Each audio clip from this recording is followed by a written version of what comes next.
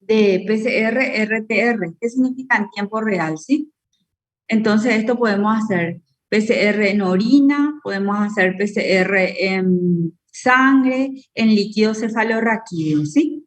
Y las serologías se refiere a la presencia de anticuerpos, que son IgG, que me habla, si es IgG positivo nomás, me habla que estoy enfrente de una infección que probablemente fue materna. Es cuando es IgG positiva, estoy más tranquila y solamente le voy a hacer el seguimiento de la enfermedad. Pero si me viene una IgM positiva, me obliga a iniciar el tratamiento, más todavía si se acompaña de los síntomas que ya dijimos, ¿verdad? Que son la presencia de microcefalia, la presencia de hepatoesplenomegalia, fiebre.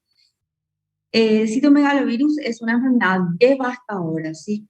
Si tenemos un cuadro severo, estamos enfrente de una infección viral severa y algunos niños, algunos recién nacidos salen de la enfermedad, la mortalidad es bastante alta, entonces a veces es preocupante, ¿verdad? Entonces tenemos otras herramientas que son para hacer el diagnóstico, la resonancia y las tomografías.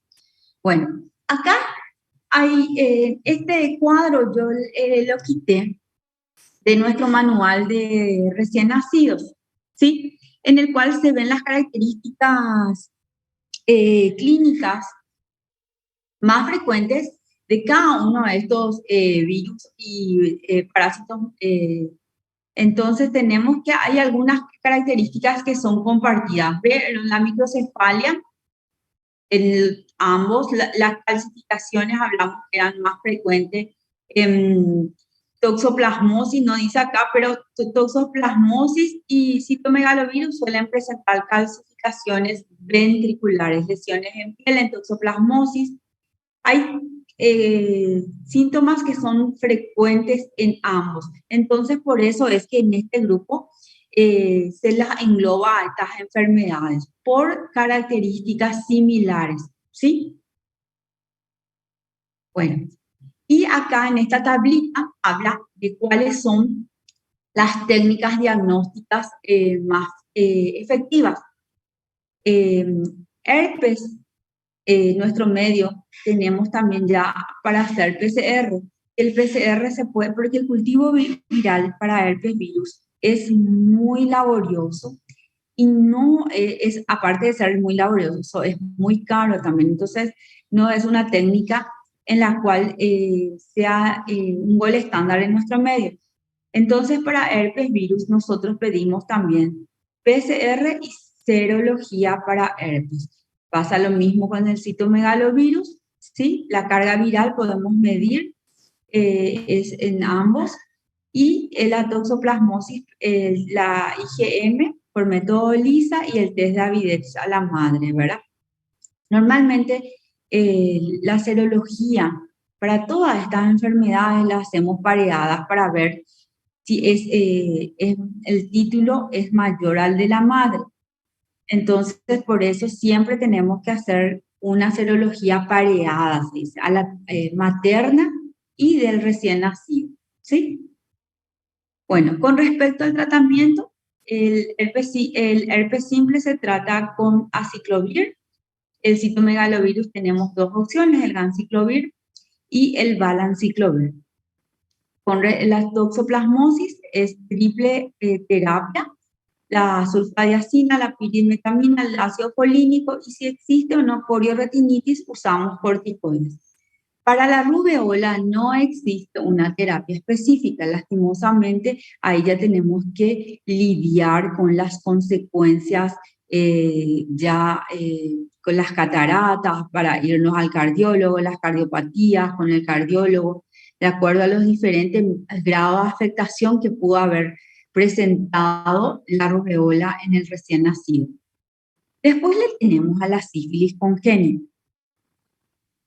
Aunque la sífilis sea una de las enfermedades infecciosas más antiguas del mundo, sigue siendo prevalente en el mundo y sobre todo debido a las conductas sexuales de riesgo que siempre se presentan y no se pueden controlar porque estas conductas se ven afectadas sobre todo porque están envueltas también cuando estamos expuestos a drogas de abuso, llámese alcohol, llámese diferentes tipos de droga de abuso y conductas sexuales, y las personas que no tienen, eh, que no tienen miedo de protegerse.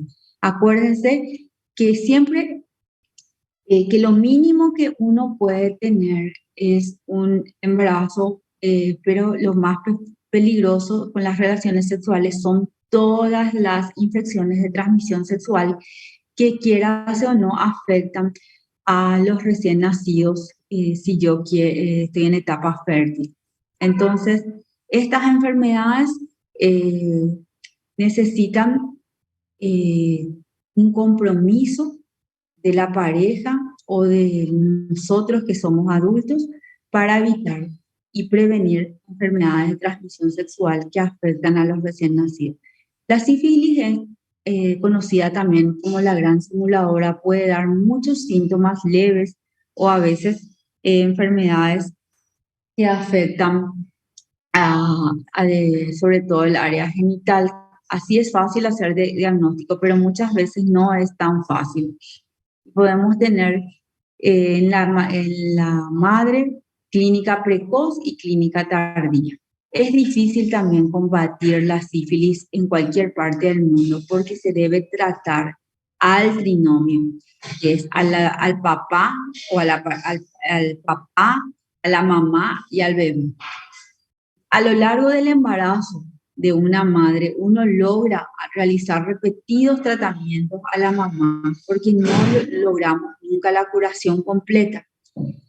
Y es muy difícil tratarle a las parejas. Eso es algo que van a observar en sus diferentes rotaciones, sobre todo cuando pasen por las unidades materno-infantiles.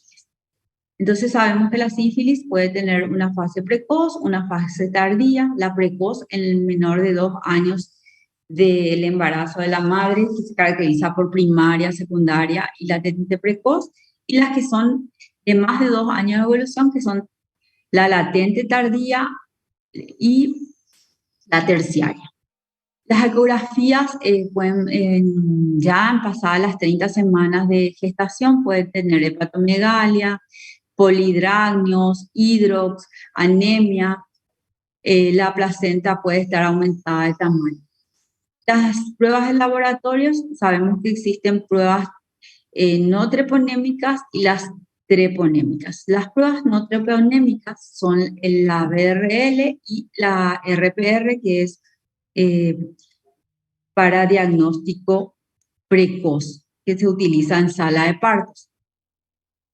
Y las no treponémicas son la ABS, que mide la cantidad de treponemas en las madres, y en los niños podemos hacer esta prueba, ¿sí? Esas son las pruebas más frecuentes que hacemos en nuestro medio. Como les dije, todas estas enfermedades debemos hacer un screening en las 3 etapas del embarazo: en el primer trimestre, segundo trimestre y en el último trimestre. Y lo ideal es que siempre también hagamos el compromiso del padre.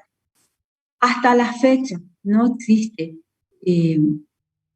resistencia a la penicilina, por lo cual el tratamiento de elección sigue siendo la penicilina.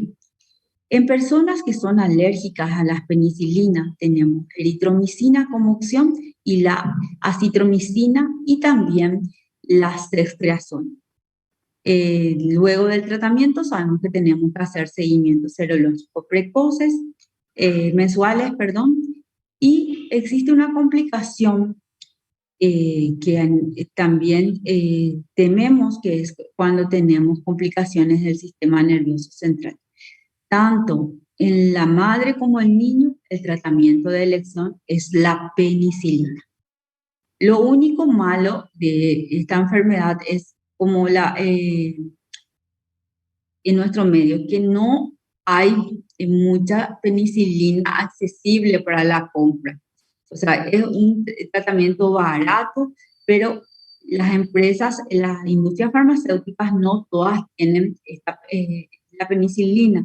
Actualmente muchas veces cuando tenemos que tratar sífilis, tenemos que derivar a los pacientes al ministerio, porque básicamente la industria farmacéutica hace penicilina en nuestro país solamente para el Ministerio de Salud.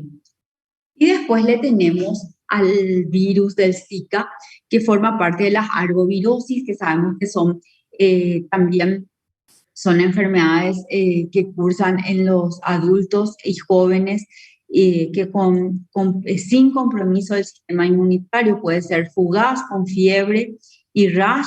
Y la principal, el principal miedo del virus del Zika radica cuando estamos embarazadas. El virus del Zika se puede transmitir a través de las picaduras del mosquito de la Aedes aegypti y también a través de la madre, a través de relaciones sexuales. Se habla que el virus del Zika puede estar en el semen hasta 6 meses. O sea que un hombre que tuvo Zika se le recomienda que si quiere tener hijos, que evite eso por lo menos por un lapso no menor a 6 meses. Lo que más tememos también con el virus del Zika es el retraso del neurodesarrollo debido a que su principal consecuencia es la microcefalia. Y habíamos dicho que perímetros cefálicos menores de 34 más o menos 2, dice, o sea, menores de 32, actualmente en nuestro medio nos obliga a buscar la etiología viral, sobre todo el virus del Zika. El diagnóstico se hace también por serología en las madres y en los niños, en los recién nacidos, por la técnica de PCR, ¿sí?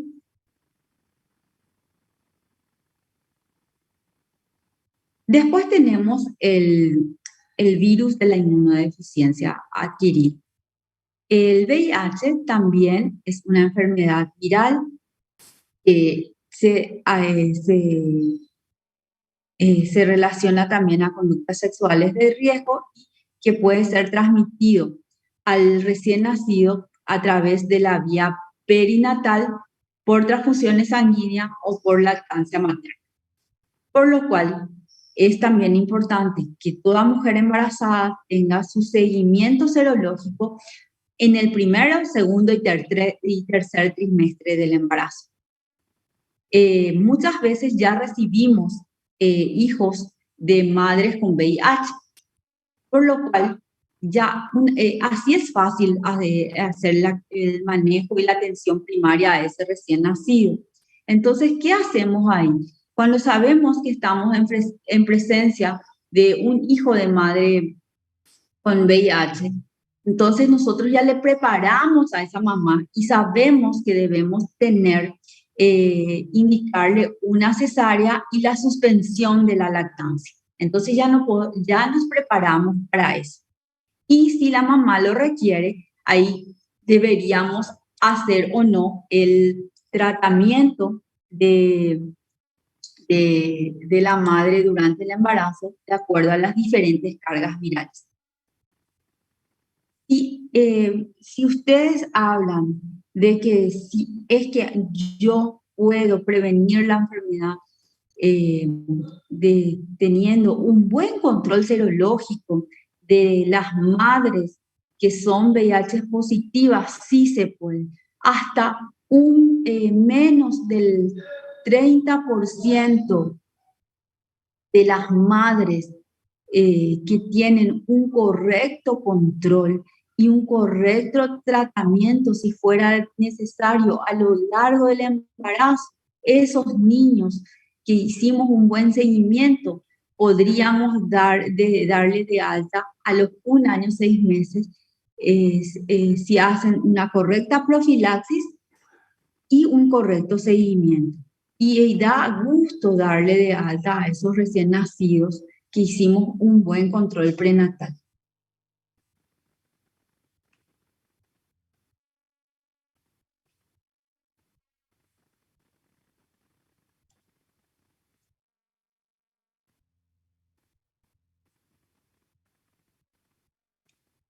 Bueno, ¿cómo tenemos que evaluarle a un recién nacido que está expuesto al VIH? ¿Qué es lo que significa expuesto al VIH? Que su mamá tenía VIH, ¿verdad? Entonces nosotros tenemos que hacer los siguientes cuidados. ¿Se acuerdan que nosotros no estaba indicado el baño a los recién nacidos? En los recién nacidos que sabemos, y sobre todo que nacieron por parto vaginal, se recomienda el baño al nacer a los que estaban expuestos, a los que son hijos de madre VIH. Se recomienda la aspiración, se solicita normalmente un hemograma al nacer, a las 6 semanas y a las 12 semanas. Dentro de las 12 horas del nacimiento se recomienda la quimioprofilaxis, que es el tratamiento con la AZT, y se recomienda que esto sea en la brevedad posible, dentro de las 12 horas de vida. Y es muy importante que tengamos todo este cribado de búsqueda si nos están expuestos a una de estas enfermedades virales, que ya sabemos que son las del grupo STOR, que son la toxoplasmosis, la rubeola, citomegalovirus, herpes, sífilis y las hepatitis. También tenemos que hacer un control en un servicio especializado. Normalmente le derivamos a los lugares donde existe un sitio de referencia de Pronacida, que es el área del Ministerio de Salud que se encarga del manejo, tratamiento y el seguimiento de estos recién nacidos. La profilaxis con AZT se suspende luego de las 4 semanas y luego se sigue haciendo el control de los recién nacidos. Normalmente, luego se continúa con la profilaxis con trimethoprim, que esto se mantiene también hasta los 6 meses de vida. Se suspende la lactancia materna. Estas son las indicaciones de AZT en un parto. Y tiene diferencias de acuerdo a si es parto por cesárea o parto vaginal. Cuando es un parto por cesárea, nos da tiempo de programar, entonces se hace el goteo de AZT aproximadamente dentro de las 3 horas antes de iniciar la cesárea y se mantiene. En el parto vaginal también se hace lo mismo, pero debe mantenerse la infusión durante el trabajo de parto y hasta el pinzamiento del cordón umbilical. Siempre mantener las medidas de bioseguridad, que es el uso de los guantes, el uso de los protectores oculares si fuera necesario, porque uno nunca sabe la carga viral que pueda tener la paciente. Ya hablamos que la AZT es la profilaxis que debemos hacer durante 4 semanas y iniciar en la brevedad posible antes que se cumplan las 12 horas de vida, si es posible. ¿Cuándo se hace la triple terapia antiviral a los pacientes? Cuando tenemos un resultado de VIH positiva o una prueba rápida de VIH a madres que no tuvieron un tratamiento antirretroviral ni tampoco supimos cuál era su estado serológico al momento del parto.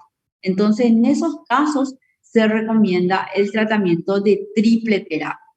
Y recuerden que sobre la lactancia materna habíamos dicho que no se recomienda la lactancia materna y se recomienda la utilización de fórmulas. Entonces, una contraindicación de la lactancia materna es el VIH. En los programas de nuestro país, que es el Pronacida, existe un programa que se llama PTMI, que es prevención de la transmisión materna de estas enfermedades virales y bacterianas.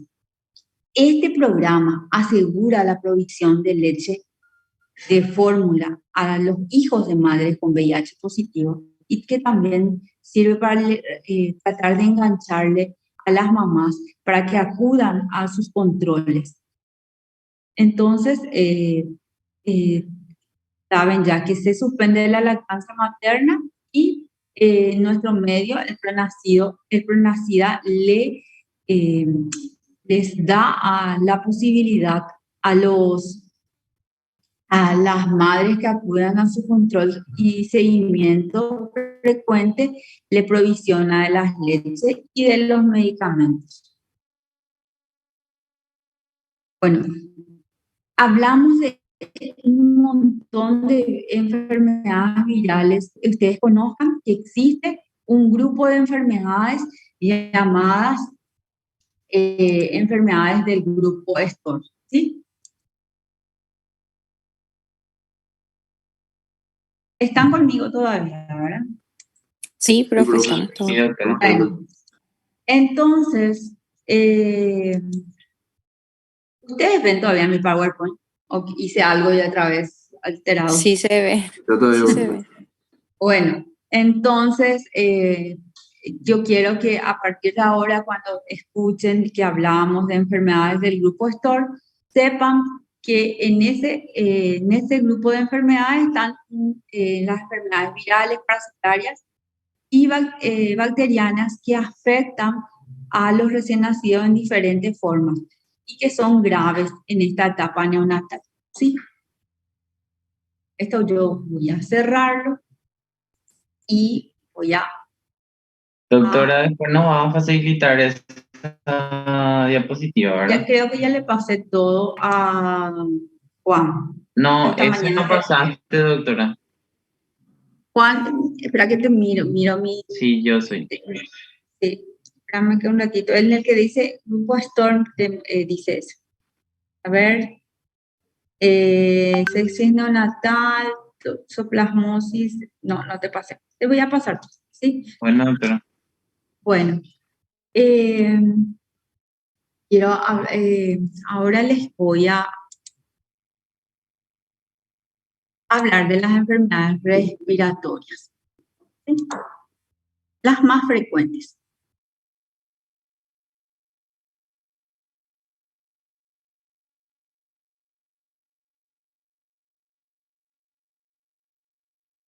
Hoy no nos pudo acompañar el doctor Moreno y va a estar con nosotros en la clase siguiente.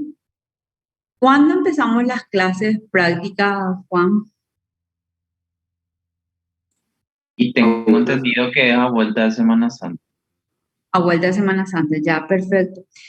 Y Juan, ya comentaste con tus compañeros que vamos a tener nuestro parcial, el primer parcial en... El 30 de abril, doctora. Sí, y bueno, voy a mirar, voy a tratar de proyectar el cronograma de clases también. Y vamos, entonces ya para ponernos de acuerdo cuáles serían las clases que darían, ¿sí? Bueno, nosotros ya dimos acá, ¿están viendo esto, mi cronograma de clases? Sí se ve, profe. Bueno, El mío se quedó congelado, profe. No sé si el mío no. Se quedó ahí en donde están todos los archivos. ¿me avisan? ¿Están viendo mi...?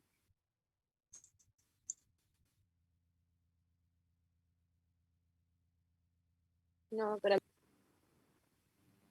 Miren. Bueno. Ahí. Está todavía en la carpeta, clases Todavía no. 2022. Ujú, ujú.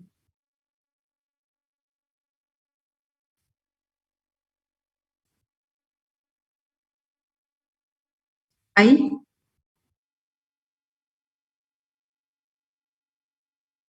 Chicos. No, profe, no está abriendo, pero parece que va a abrir. Ujú. Bueno. La intención. Yo hablé con... mientras tanto les hablo. Hablé con el delegado, o sea, el representante de ustedes, que es Juan Centurión. Y les dije a él que yo estoy a las órdenes de ustedes, que ustedes pueden fijar sus fechas de, de exámenes parciales, ¿sí? Y me pasan, y de acuerdo a eso yo cronogramo, voy a ir diciéndoles cuáles van a ser los ejes temáticos para el examen. Bueno, la idea es la siguiente, que nosotros para el primer examen que vamos a tener, que va a ser el 30 de abril, vamos a estudiar hasta crecimiento y desarrollo, que va a ser la clase que vamos a dar el 9 de abril. ¿Ok? Sí, profe, está bien. Entonces, yo quisiera ver si podríamos meter ya nutrición también, pero me parece que ya va a ser bastante largo. Entonces, vamos a dejar en crecimiento y desarrollo, ¿sí? Y como les dije antes de empezar las clases, esta es la parte más importante. Crecimiento y desarrollo, recién nacido sano, ¿sí? Y sobre todo lactancia materna, ¿sí? Esos énfasis yo quiero que hagan y estudien mucho, porque cuando nosotros nos preparamos y a lo largo de la vida del que va a hacer pediatría, esos son los énfasis que tenemos que hacer básicamente, porque la enfermedad es básicamente un accidente en la vida de los niños, ¿verdad? Que es más o menos del 20% de los niños se internan, ¿sí? Y más del 50% son enfermedades banales o leves, ¿sí? Entonces, quiero que se haga énfasis y en el único lugar, o sea, en la única etapa donde uno se va a hacer, donde consulta a una persona sana, es en la etapa de pediátrica, porque el que hace clínica médica no ve adultos sanos. No está en la cartilla del clínico ver adultos sanos. En cambio, el pediatra tiene dentro de su formación la consulta de recién nacidos sanos. Creo, si es algo que no sabían, le hago a nivel de comentario, ¿verdad? El que hace el pediatra dentro de su formación ve recién nacidos sanos, niños sanos. ¿Por qué? Porque tiene que evaluar su crecimiento y desarrollo. Y de acuerdo a que si observa algún signo de alarma, ya poner ahí luces rojas y derivar o hacer los estudios que fueran necesarios, ¿sí? Entonces, eso quería comentar con ustedes. Bueno, ahora sí ven mi pantalla, queridos chicos. ¿No? Ahora sí cerró, profe. Ahora cerró. Ay. El año, 2 años me tocó, me aprendí la otra plataforma y este año tenemos esta plataforma. Bueno, ahí ya están. Doctora, ¿Sí? a forma de aclarar nomás. Sí. Entonces, vamos a estar leyendo básicamente del manual para recién nacidos sanos, crecimiento y desarrollo. Y también entran estas clases que es patología respiratoria, el grupo Astor. Sí, así también. mismo. Okay. Y vamos a hablar de ictericia neonatal también. Eso van a hablar en la clase siguiente con el doctor Moreno, ¿sí? Eso es otra de las patologías muy frecuentes en el recién nacido, ¿sí? Ya se ve mi pantalla, queridos chicos. Ahora sí, profe. Ahora sí ya se ve. Sí se ve. Lo logré. Bueno, existen un grupo de enfermedades respiratorias muy frecuentes en los recién nacidos que se ven más también de acuerdo a la edad del recién nacido. Y entre las enfermedades respiratorias más frecuentes tenemos la taquipnea transitoria del recién nacido, el síndrome de aspiración meconial, el síndrome de dificultad respiratoria, la neumonía connatal y la hipertensión pulmonar persistente. ¿Sí? Bueno, avancemos. Como les dije, también estas enfermedades respiratorias son más frecuentes de acuerdo a la edad gestacional del paciente, de acuerdo a un embarazo controlado y sea o no un parto por cesárea o parto vaginal. Vamos a hablar primero de la taquipnea transitoria del recién nacido. Esta entidad fue descrita por primera vez aproximadamente en 1966 por un grupo de investigadores que se percató que le llamaban pulmón húmedo, o se podía dar también que esta entidad se presentaba en el periodo de adaptación de los recién nacidos, ¿sí? Y presentaba un distrés respiratorio diferente al que es secundario a la prematurez por insuficiencia surfactante, y que normalmente en la medida de que avanzaban las horas de vida, esto desaparecía. También se le llegó a conocer como un síndrome de distrés respiratorio del tipo 2 o mala adaptación pulmonar. Acá vienen las primeras cosas que son importantes que ustedes recuerden. Esta entidad es una entidad que se ve más en recién nacidos pretérminos, pueden ser en los de pretérmino límite. Esta entidad se ve en recién nacidos que por patologías maternas o por elecciones maternas nacen por cesárea, porque todo tarda más. Acuérdense que ese fenómeno plástico de la presión que hace al salir en forma uterina, la ayuda a la primera respiración del pulmón. Y acuérdense que durante la etapa intrauterina, los alveolos están cargados de agua y esa presión ayuda a distribuir el líquido hacia los espacios diferentes a los espacios alveolares, y entonces empiezan las primeras respiraciones. Tiene una incidencia aproximadamente 11% de los recién nacidos, y se supone que a partir del 32% de estos casos no deja secuelas,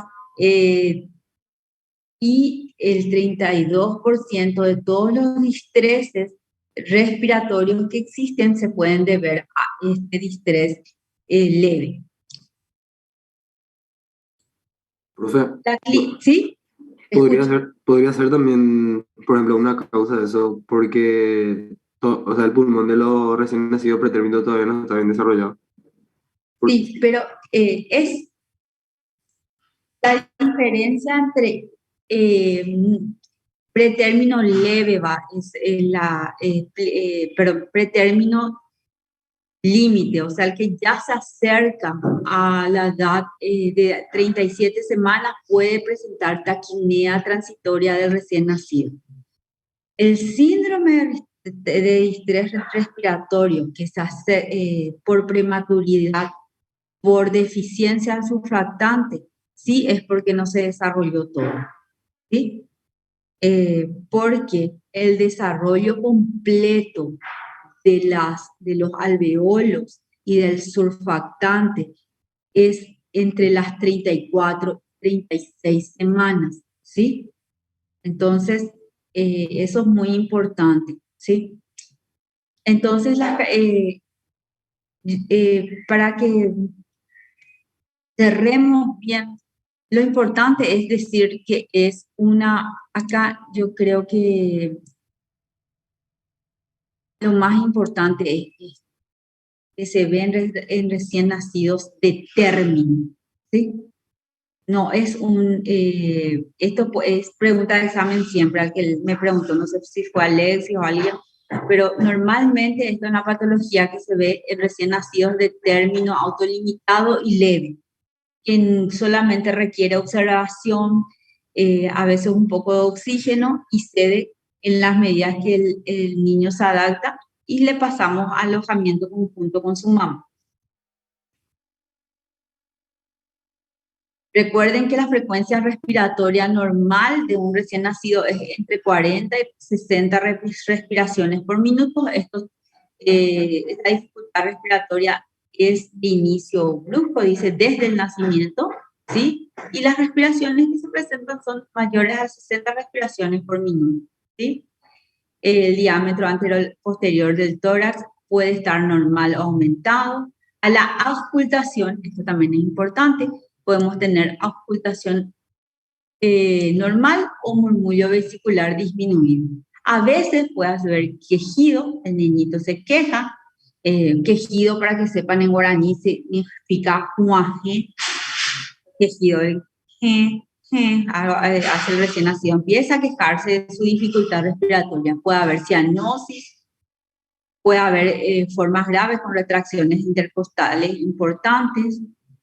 Muchas veces puede agravarse a las 6 a 8 horas de vida, pero luego se estabiliza en un periodo no mayor de 24 horas.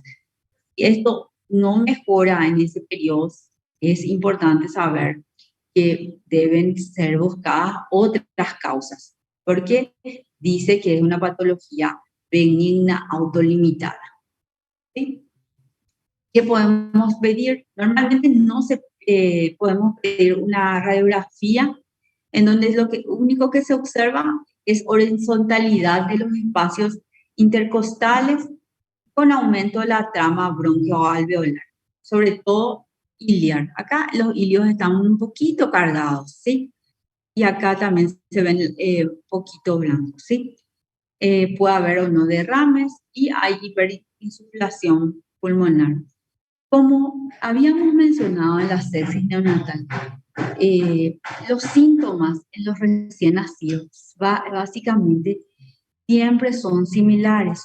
Esto aumento de la trama vascular puede ser infeccioso también. Entonces, necesariamente, los exámenes de analítica sanguínea para descartar infecciones bacterianas o no, deberíamos hacerlo, que son un hemograma, la proteína C reactiva, que es un reactante de fase aguda, y cultivos. El tratamiento, posicionamiento, oxígeno, ¿sí? Realizar un buen balance en control de signos vitales.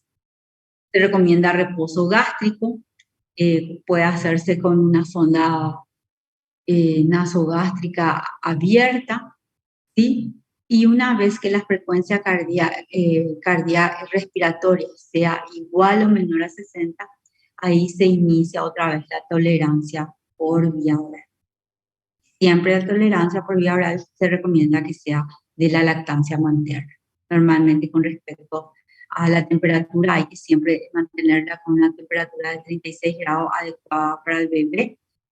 La axilar de 26 a 28 grados es nuestra temperatura de la cervocuna o la incubadora, si le tenemos así a los niños. Raramente necesitan ayuda de ventilación mecánica. No es eso el curso de la evolución natural de esta enfermedad. Cuando le mandamos con la mamá, cuando ya cede la dificultad respiratoria, cuando la frecuencia respiratoria es menor a 60 y cuando la tolerancia oral es óptima. ¿Cómo medimos la tolerancia oral? Cuando nosotros le alimentamos a este bebé normalmente con la sondita. Cuando nosotros en la próxima toma hacemos un control y no hay residuo gástrico, se habla que la tolerancia oral es del 100%. Después tenemos el síndrome de aspiración meconiana. Normalmente este cuadro se ve en recién nacidos de término y post-término, que nos habla de que hay sufrimiento fetal, ¿verdad? Puede ser por diferentes motivos, ¿verdad? Muchas veces este líquido amniótico que está teñido por meconio ingresa a las vías respiratorias, ¿verdad? Debido a su aspiración y puede causar diferentes grados de patologías por diferentes medios. Al nivel del árbol respiratorio puede producir obstrucción de las vías respiratorias, puede producir una neumonitis crónica o puede inhibir o inactivar el surfactante. Entonces, su mecanismo fisiopatológico por el cual produce alteraciones es por la obstrucción, por la neumonitis química o por la inactivación del surfactante. Y también tiene diferentes grados de afectación.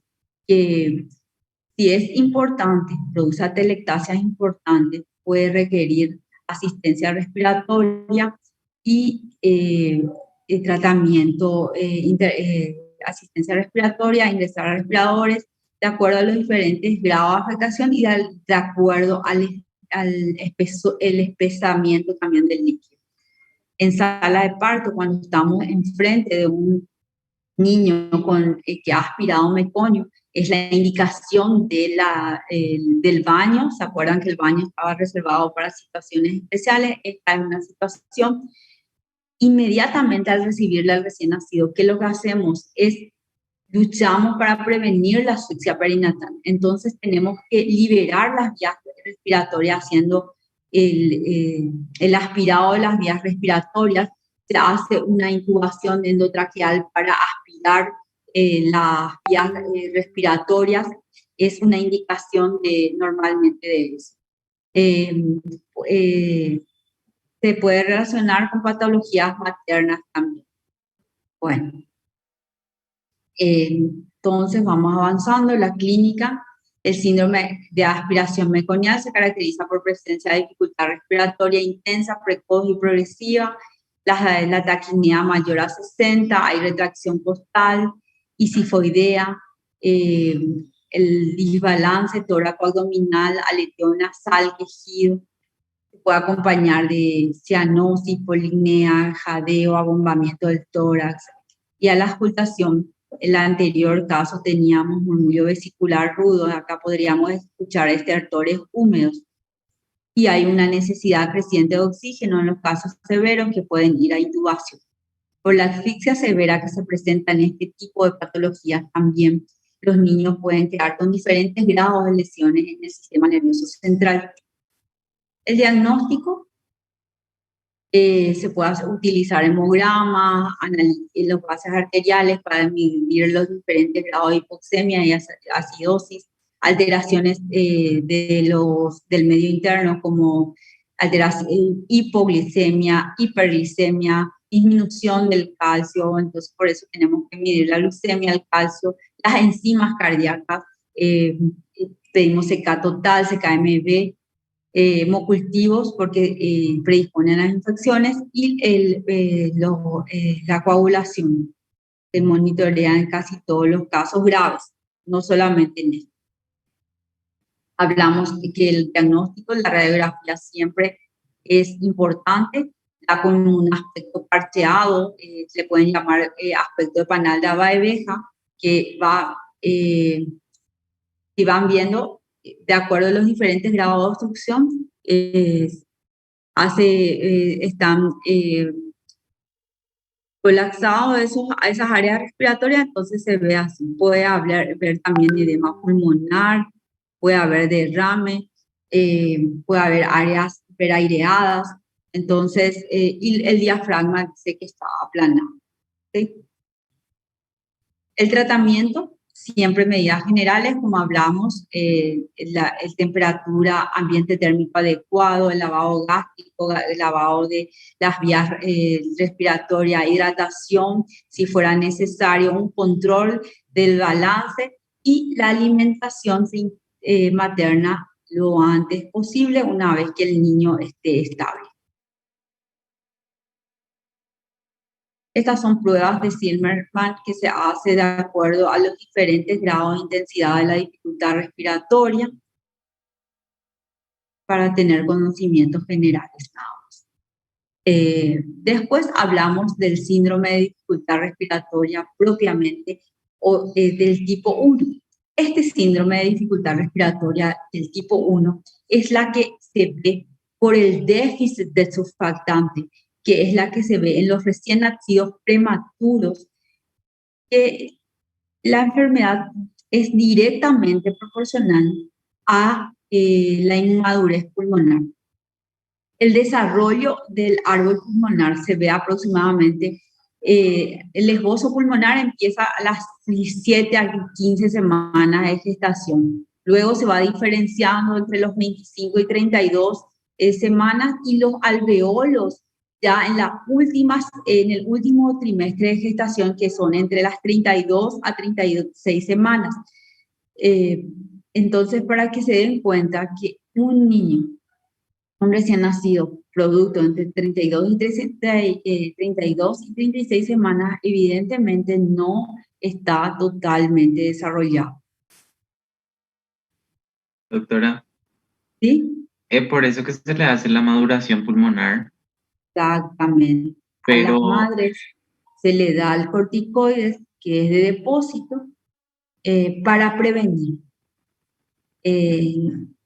Nosotros, los ginecólogos lo hacen ya todo para prevenir que no se enfrenten a un parto prematuro. Te escucho.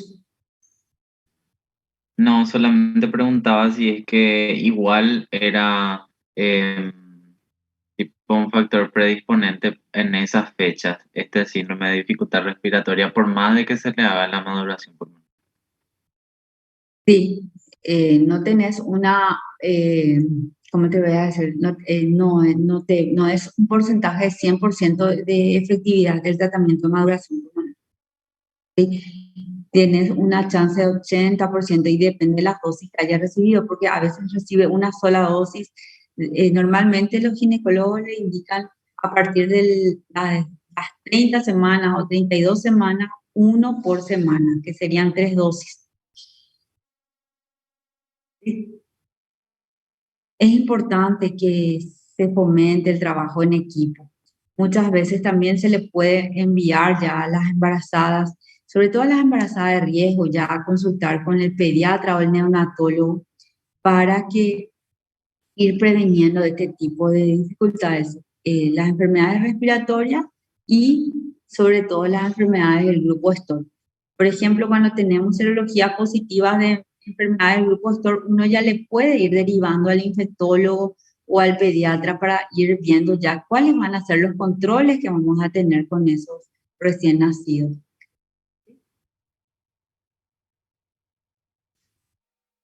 Bueno, esto también hay que manejar todos los sinónimos. Se puede llamar síndrome de distrés respiratorio idiopático, síndrome de distrés respiratorio tipo 1 o enfermedad de membrana hialina, ¿sí? Esas son las diferentes formas o nomenclaturas que le podemos dar a esta entidad, ¿sí?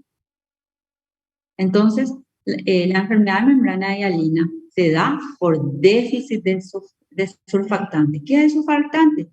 Es una sustancia lipoproteica que tiene por objeto que disminuir la tensión pulmonar, ¿sí? Sobre todo en los alveolos, ¿verdad? ¿Qué pasa en su ausencia? Hay colapso de los alveolos, ¿sí? Que lleva a una atelectasia progresiva. ¿Y cómo se ven esta entidad en una radiografía? Ven pulmones blancos, ¿sí? Entonces, cuando hay un colapso masivo, ¿qué es lo que tenemos? Insuficiencia masiva, ¿sí?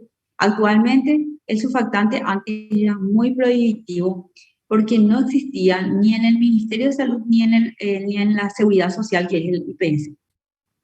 Actualmente, tanto en el Ministerio de Salud como en la Seguridad Social y en los hospitales de referencia del Ministerio de Salud, que son el San Pablo, el Hospital Materno Infantil de Trinidad, Barrio Obrero, y en algunas cabeceras departamentales se tiene esto. Y es una enfermedad que es muy frecuente actualmente, tal vez por los rigores de la vida actual, madres que trabajan durante muchos horarios laborales prolongados, alimentaciones no adecuadas. Existen muchos factores de riesgo que hacen que se predisponga cada vez más a los partos prematuros. ¿Qué conlleva a este tipo de enfermedades? Disminución de la capacidad funcional residual, hay alteración de la ventilación, perfusión, disminuye la compliance pulmonar, hay disminución de la distensibilidad pulmonar y hay aumento del trabajo respiratorio que lleva a la fatiga o al cansancio, que el niño se cansa porque tiene que hacer mucho esfuerzo para respirar. Como habíamos hablado, existen muchos factores del riesgo. Las cesáreas, que no se conoce la fecha última de menstruación, se puede programar cesáreas prematuras, cuando hay antecedentes de una mamá que ya haya tenido otro hijo con enfermedades de membrana hialina, el riesgo también aumenta para los próximos embarazos, ¿sí? Hijos de madres diabéticas, eritroblastosis fetal, los gemelares y el sexo masculino, ¿sí? Con respecto a la clínica, habíamos visto que la taquimia transitoria del recién nacido, la dificultad respiratoria era precoz. En cambio, en esta es una dificultad respiratoria progresiva que va iniciando después del nacimiento en las 6 horas posteriores o en la segunda o tercera hora posterior al nacimiento. Y esa dificultad se hace progresiva y aumenta. Entonces, normalmente estos niños también se caracterizan porque presentan alteraciones de todo el estado general. Hay cianosis, quejido, aleteo nasal, retracción. A la auscultación se puede tener murmullo vesicular disminuido, aburrido, crepitante. Puede tener diferentes semiologías, ¿sí? Como había dicho, los pulmones, como no hay intercambio pulmonar, como hay atelectasias importantes, tenemos pulmones hiperinsuflados y pulmones blancos. ¿Sí? Y el tratamiento, ustedes saben que es con el surfactante y el diagnóstico diferencial, todas las formas respiratorias que tenemos. Pero uno de los diagnósticos que siempre va a favor de que sea un síndrome de distrés tipo 1 por enfermedad de membrana hialina es la prematurez. ¿Sí? Exámenes también tenemos que hacer lo mismo, que es gases arteriales, ver cómo está el medio interno, porque hay una disregulación de todo, la radiografía, mirar si existe o no trama vascular, y normalmente el éxito del tratamiento también se va valorando con la radiografía. Aparte del tratamiento general, el tratamiento es específico es el surfactante y los corticoides, ¿sí?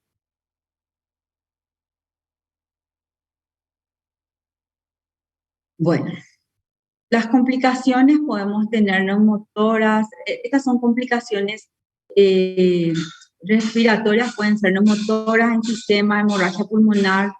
Las complicaciones generales pueden ser infecciones, porque uno invade mucho al paciente, y la retinopatía del prematuro.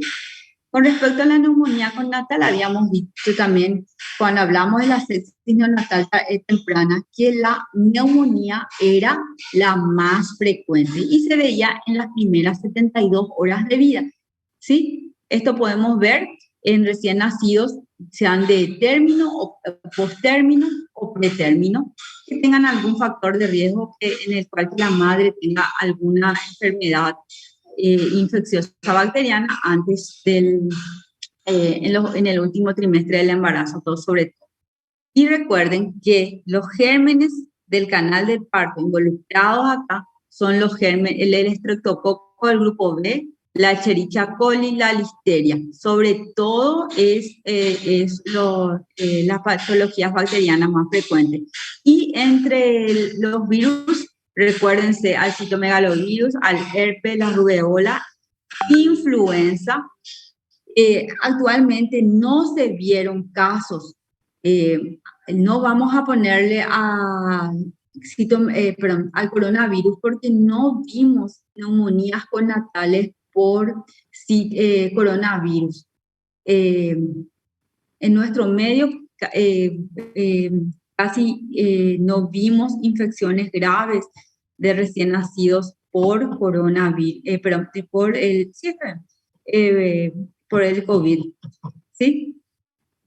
Que es para que lo tengan presente, ¿sí? La neumonía puede ser grave, no grave, de acuerdo a los diferentes grados de infección. Pueden también llegar a necesitar asistencia respiratoria más el tratamiento antibiótico adecuado, ¿sí?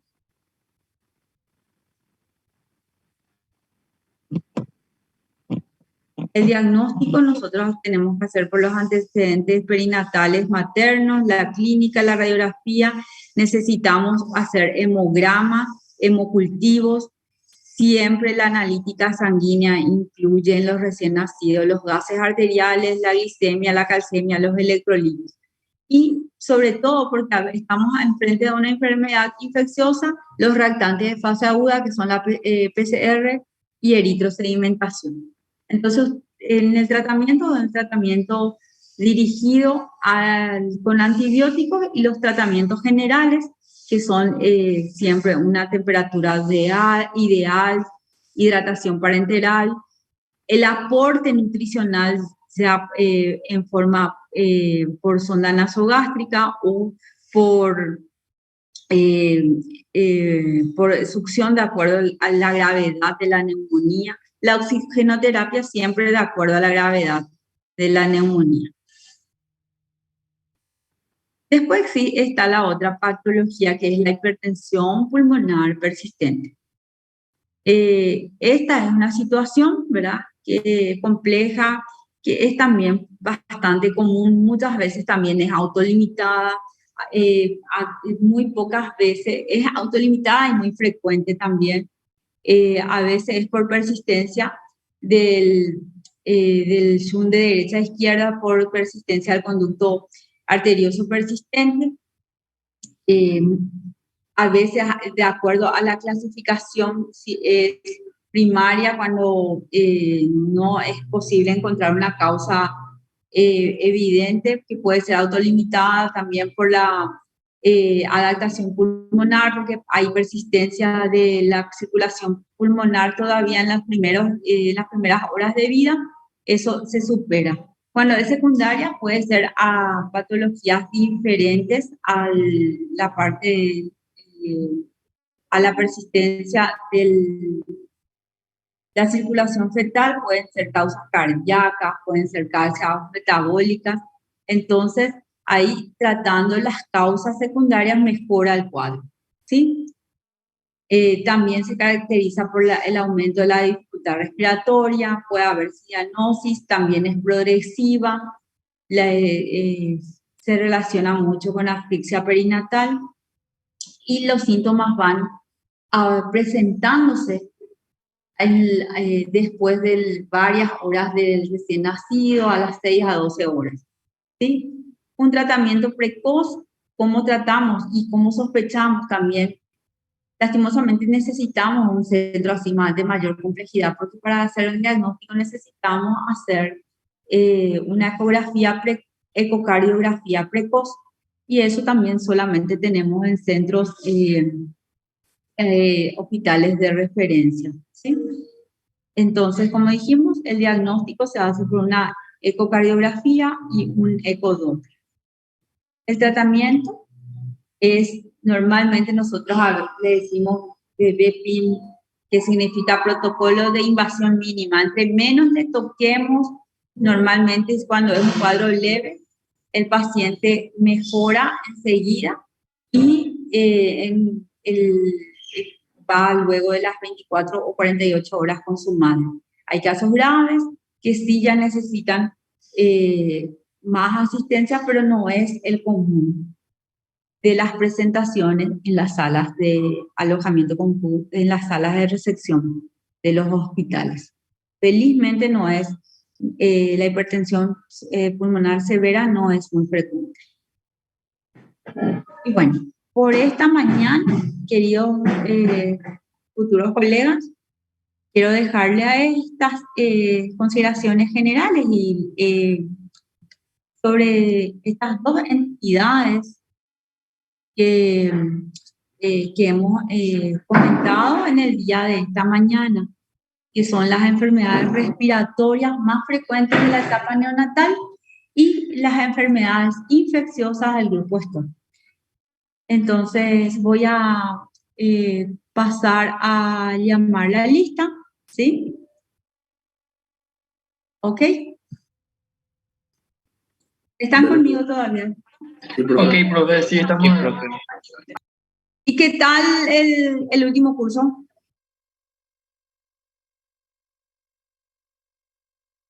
¿Qué tal? ¿Están bien? Hasta ahora, Hasta tranquilo. ahora sí, profe, vamos bien. Preparen ya sus resúmenes,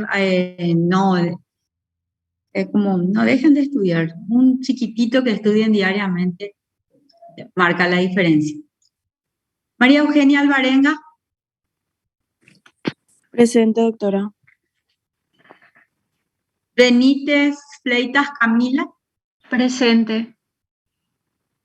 Benítez Junior, Presente. Benítez Pamela Giselle, Presente. Bogado Pedroso Micaela,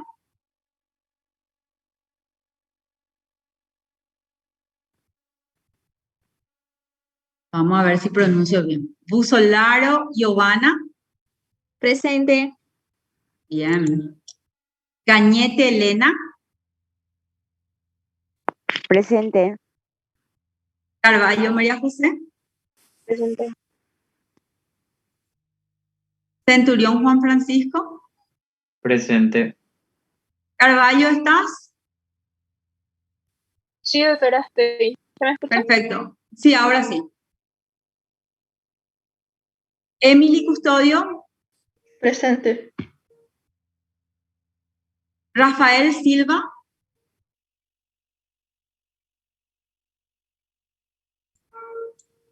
Doctora, Micaela ¿sí? Abogado está presente, puso presente en el chat. Ya, perfecto. Vamos a cambiar entonces. Bueno, y Rafael, a mirar después de otra vez, ¿sí? Oscar David, Presente. Fabricio de Sousa, Presente, doctora. Kevin Díaz, Presente. Karen Domínguez. Presente, doctora. Gracias. Bueno, esperen, pueden ir saliendo los que le llamen, yo sí. Lisa María Celeste, Presente, doctora. Doctora, el sábado pasado no sé si me pusiste presente, avisé, mi micrófono estaba funcionando. voy a mirar, María Celeste, Sí, voy a mirar. Sí, creo que sí, porque me llamó la atención tu apellido. Sí, te puse sí, presente. Sí, dale, sí, gracias, doctora. dale. Andrea Chahue, Presente, profe. Dalva Flor, Presente. María Victoria Flores, Presente. Profe, sí, Micaela Abogado dice que no le está funcionando su micrófono. Pero creo que le pusiste presente ya, ¿verdad? La sí, le compañera Cami puse te dijo. presente. Sí, Ok, ya dale. Profe, no sé si se escuchó también mi presente, Andrea Chahue. No sé si Chahue, pude. esperamos que No sé Chahue. si. Sí, estás, Andrea. Estás, Profe, ¿el mío escuchaste? Dalva. No, Victoria. Ujú. Victoria Flores sería, profe. Ya, está. Ok.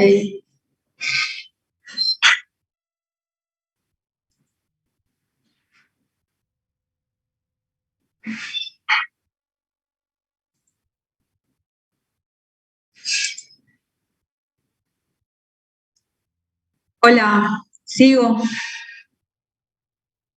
Lo único que falta. A ver, Erika. Presente, doctora. Muy bien, presente. Chao, Erika. Erika está. Guillermo Rafael Ramón. María Doctora, Cecilia. presente. Uy, Doctora, ¿me escuchó? Presente. sí, te escuché. María Grau. María Cecilia. Presente, doctora. Dayana Belén. Presente, doctora. Rafael Laranjeira. Juan José María.